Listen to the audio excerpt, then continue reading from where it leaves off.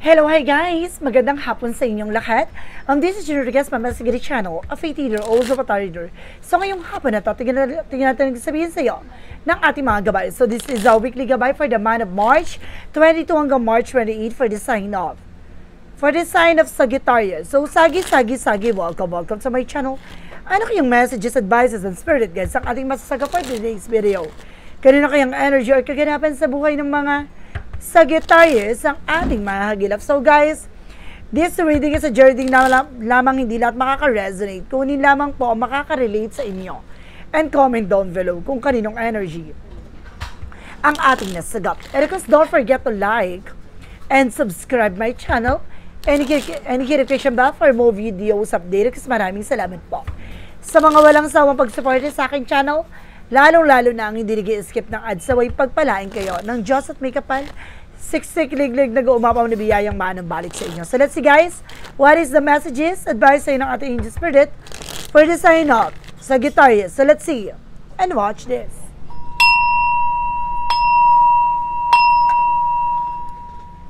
Ano kaya kaganapan sa buhay mo, Sagittarius, ang ating mahagilap? So guys, let's see. Tuklasin at bubulabugin natin. Angel spirit, please give me information po.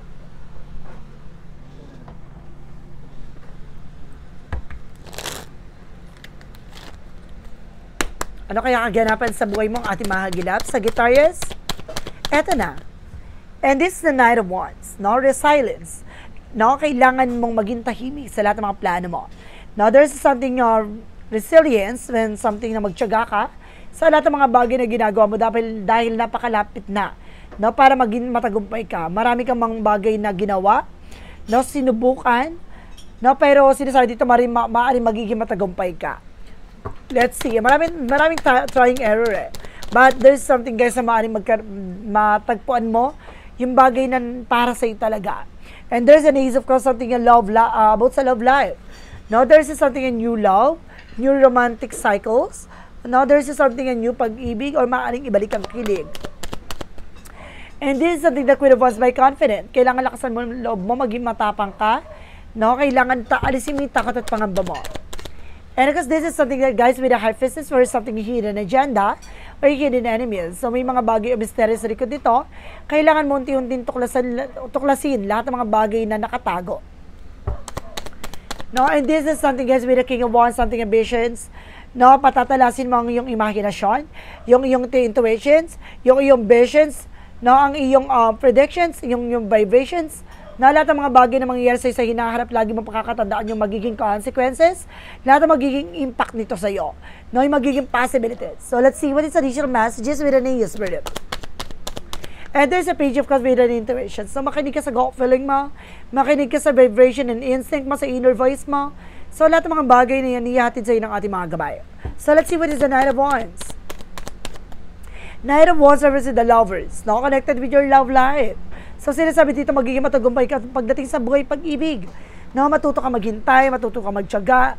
No? Marami ka mang pinagdaanan sakit, sakripisyo, paghihirap. Maaring iniwang ka, niloko ka, tinrider ka, pinaglaruan ka. Pero eventually, guys, no, mararamdaman mo ang tunay na sarap. Let's see what is the Ace of Cups represent what? There's a purpose something celebration. Magkakaroon ka ng higher level commitment. I told you so. No, maaaring magkakaroon ka ng proposal, or romantic proposal, engagement, or there's something the higher level of commitment that brings you a lifetime partner. So let's see what is the Queen of Wands. Reference with the Justice card, guys. No, may justisya dito. Huwag kang mag-alala yung mga bagay na gagawin mo, maaaring malaki ang impact sa'yo dito. Kaya kasi sinasabi nila kasama ang loob mo. No, there's something the sunflower na nagre-represent with empowerment, na magiging malakas, magiging masigla, magiging maganda, no, ang sitwasyon mo ngayon. No, wag kang mag-alala yung mga bagay na binabato sa iyo, lahat ng mga bagay na ginagawa sa iyo. Lahat ng mga bagay na ibabalik yan sa iyo na mabuti at maayos. And this is something the King of Pentacles with the security. Maging secure ka ngayon pagdating sa finances. There's a lot of mysteries, no, na bagay na kailangan mong paghandaan, no? I-secure mo yung sarili mo dahil yung mga bagay na hindi mo palubos na nauunawaan, no? Maaaring inosente ka sa ngayon, pero wag kang mag-alala, hahasa. At hahasa ka din sa lahat ng mga bagay o aspeto na yan. Let's see what is the King of Wands. Reverse with the Eight of Pentacles. So just focus, no? Pagdating sa trabaho, negosyo, hanap buhay mo, Titingnan mo lagi paano mo pagyayabungin, paano mo palalaguin tong negosyo mo or yung trabaho mo. Paano ka magkakaroon ng promotions. No, paano mo madadagdagan yung resource of income mo. Not just focus what you're doing. What is the Page of Cups?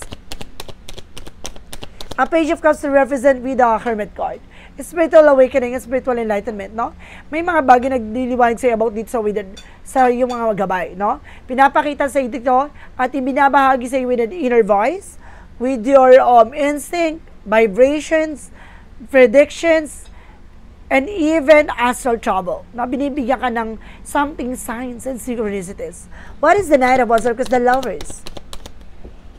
Reverse with the Page of Wands, by good news, may magandang balita dito, guys. Magandang balita na magdadala sa iyo ng pagbabago. Na magdadala sa iyo ng tagumpay na, diba? Matagal ako naghintay. Ito na, moment na to. No? Makikilala ko na yung para sa akin. Ganon. Kumaga, alam mo na kumaga, love wins talaga. No? Let's see what is the Ace of Cups because the Four of Wands. Reverse with the Two of Pentacles with the balance. Magiging balance ka, emotional, physical, and mental. No, lahat ng mga bagay natin magiging, kumbaga, tears of joy. No, sa lahat ng mga pinagdaanan mo, eto na, malalasap mo na ang tunay na sarap at tunay na saya. What is the Queen of Wands? Because the Justice card. Represent with Three of Wands, so waiting for shift, no? Ito na yung nihintahin mong resulta. No, lahat ng mga bagay, consequences na ginawa mo, ito na, deserve mo to. No, na maging masaya, na maging maganda takbo ng pamumuhay. Let's see what is the High Priestess because the King of Pentacles. Referencing with the Devil card. So, see, there's a mysterious, guys. No, mayroon dito misteryoso na gumagawa ng balakid, no, para gawang ka ng pampabagsak pagdating sa finances, no, para saktan ka, para iwan ka about sa love life, no, para magkasakit ka about sa health. There's a lot of mysterious na nang ginawa sa iyo dito sa lahat ng aspeto sa buhay mo.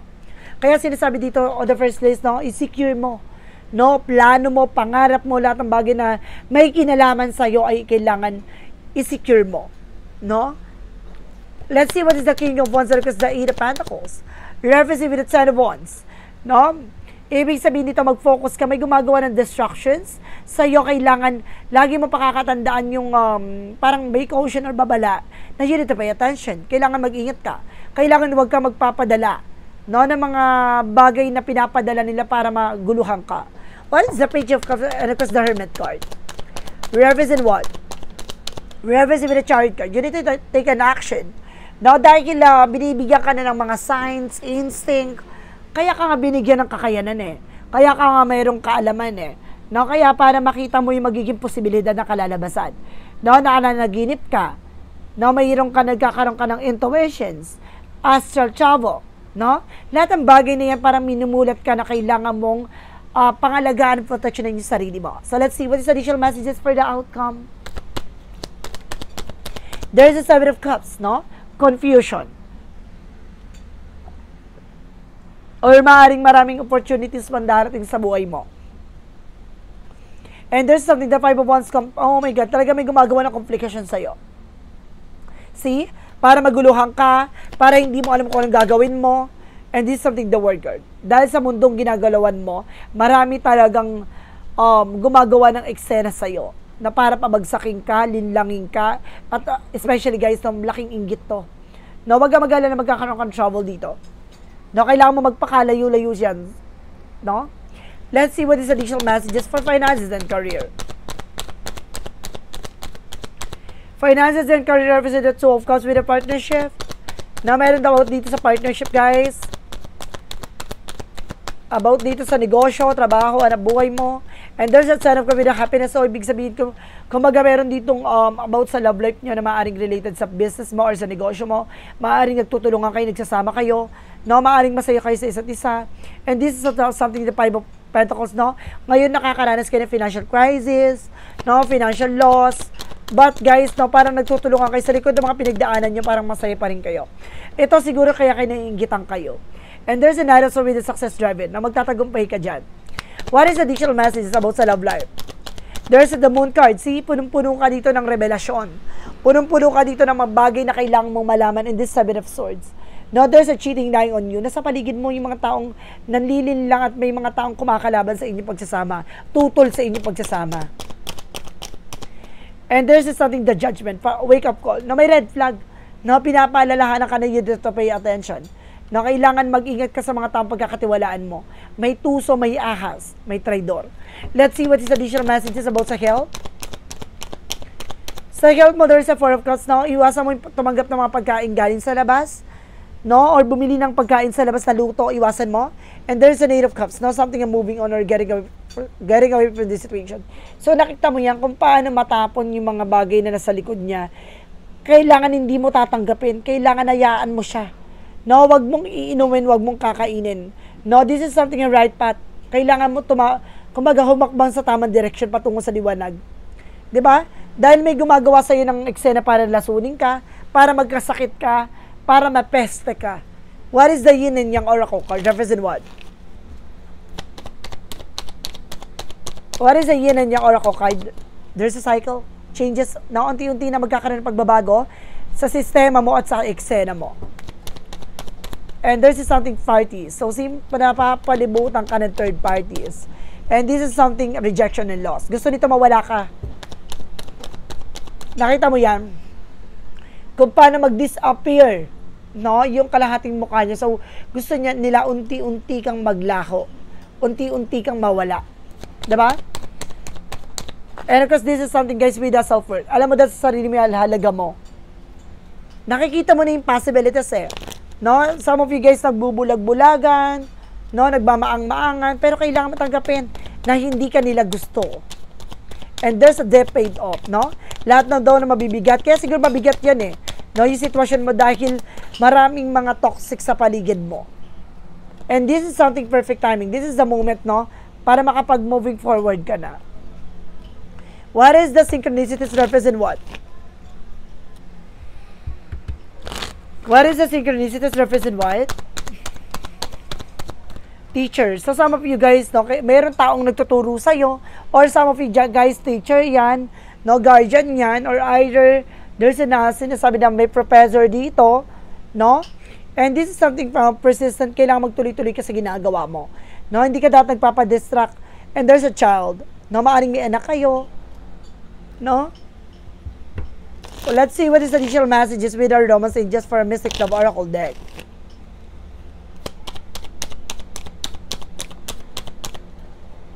And there's something ghosted, no? Some of you ginosting, no? Iniwan, niloko. And there's a single parent, some of you guys single parent. And some of you guys, there's an unfinished business. No? Meron dito magkakabalikan pa rin. A reconciliation. Let's see what is additional messages for chakra messages. Let's see what is additional messages for the chakra messages.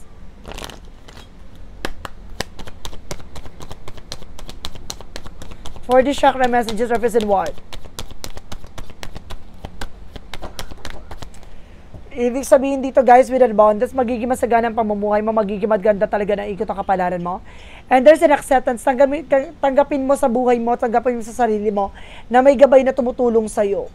And this is something prayer, kailangan mo magdasal, mag-devotion. What is Archangel Michael messages? Archangel Michael messages, as Archangel Michael to help for your situation, no? Humingi ka ng gabay sa ating Archangel Michael para makalaya ka dyan sa sitwasyon. And make a commitment. Mag-commit ka. Natutukan mo, mahalin mo yung sitwasyon mo, yung relasyon nyo, ganon. Or may kung some of you, if you are getting married, kung kailangan mag-commit ka dyan. What is the Romance Angels? Represent what? Codependency. So some of you guys, no, something addictions na nakaka-apekto sa inyong pagsasama, sa inyong pag-iibigan. And express your love. Na ipakita mo dito yung pagmamahal, talaga, no, na natatangi, na meron ka. Let's see what is the Angels answer represent what? Angels answer represent with a recovery. Unti-unti ka na makaka-recover, no, kailangan mo lang mag-take ng actions, and this situation will improve. No, makaka-recover ka, kailangan mo lang kumilos, gumalaw at unti-unti na magbabago. Lahat ng kaganapan sa buhay mo sa lahat ng aspeto, all areas of your life. So let's see what is additional messages. And wait, matuto ka maghintay. May mga bagay na hindi pa napapanahon, may mga bagay na hindi pa para sa'yo. And this is something perspective. Baguhin mo yung pananaw mo, baguhin mo yung mindset mo. Tignan mo yung lagi yung pinaka ibig sabihin or magandang kahihinat na ng sitwasyon mo, yung magiging outcome or look at the bigger picture. And this is something success. Magiging matagumpay ka. No, mahalin mo lang yung sitwasyon mo. And there's a change. Unti-unti talaga magbabago ang kaganapan sa buhay mo. So let's see what is the additional messages with an angel spirit. And there's a transformation, no? Talaga may pagbabago magaganap dito, guys. Malaking factor sa reading mo ang pagbabago. And there's something sa I told you. Diba sinasabi ko kanina, astral travel? Kasi ngayon makikinig ka sa guidance mo, sa ancestors mo, na may tumutulong sa'yo para makita mo yung magiging mangyayari sa hinaharap. No? Yung mga bagay na hindi mo lubos na nakikita na mamata mo. And there's an Archangel Raphael messages of meditation. So you see, diba, nagpapatagpi-tagpi talaga na kailangan mo mag-meditate, magdasal, kasi may kakayanan ka eh. Use it in a proper, no? Let's see what is additional messages. And there's school, guys, no? Marami kang bagay na kailangan matutunan, marami kang bagay na kailangan mong aralin. And there's an energy healing. Some of you guys magiging manggagamot pa. Some of you guys, no, matututong manggamot pa. Some of you guys, no, unti-unting hihilumin yung mga sugat na nakaraan pa. What is the energy represent what? The energy represent with an envy. No, marami naiinggit talaga sa iyo, maraming mga taong kumbaga nakatingin sa iyo. And this is something indecision. Kailangan mo magdesisyon na kailangan mong kumbaga deadmahin sila. No, hindi mo kailangan pansinin yung mga tao na yan, 'di ba? Mga inggitera. What is the mythology? Nothing will come this situation, no? Walang mangyayari sa situation na hindi ka nagtitake ng action. And be bold and make the first move. Kailangan mong kumilos. Kailangan mong gumalaw. Kailangan ikaw yung gagawa ng paraan para makalaya ka dyan. Para makaalis ka dyan.